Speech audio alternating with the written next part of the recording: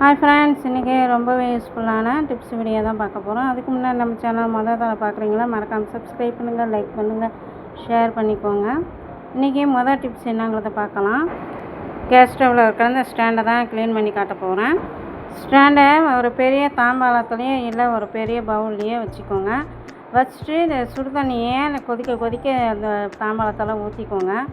ஊற்றிக்கிட்டு baking soda இல்லைன்னா packing பவுடரை ஒரு ஸ்பூன் அளவுக்கு போட்டுக்கிட்டு ஒரு 30 நிமிஷம் இல்லை 15 நிமிஷத்துக்காக நல்லா ஊற வச்சுருங்க.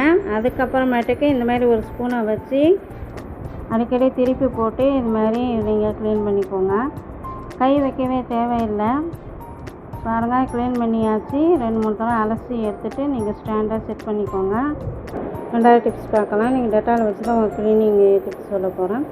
இந்த டெட்டால் ஸ்க்ரப்பரில் ஊற்றிக்கோங்க. அந்த செவத்துலலாம் பிள்ளைங்க திருக்கி வச்சுருப்பாங்க பாருங்கள், அதெல்லாம் க்ளீன் பண்ண போகிறேன்.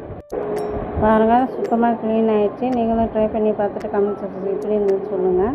அது புது தொடப்பம் வாங்கின உடனே கூட்டும்போது நிறைய அந்த தூசியெல்லாம் கொட்டும். அது மாதிரி இருக்கிறதுக்கு ஒரு டிப்ஸ் சொல்கிறேன் பாருங்கள்.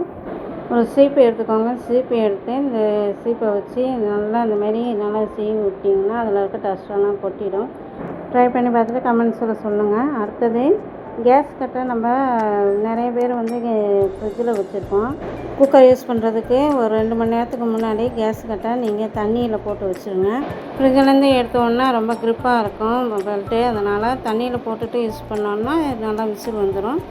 இன்றைய வீடியோவும் டிப்ஸும் உங்களுக்கு பிடிச்சிருந்தோன்னா மறக்காமல் கமெண்ட்ஸில் சொல்லுங்கள்.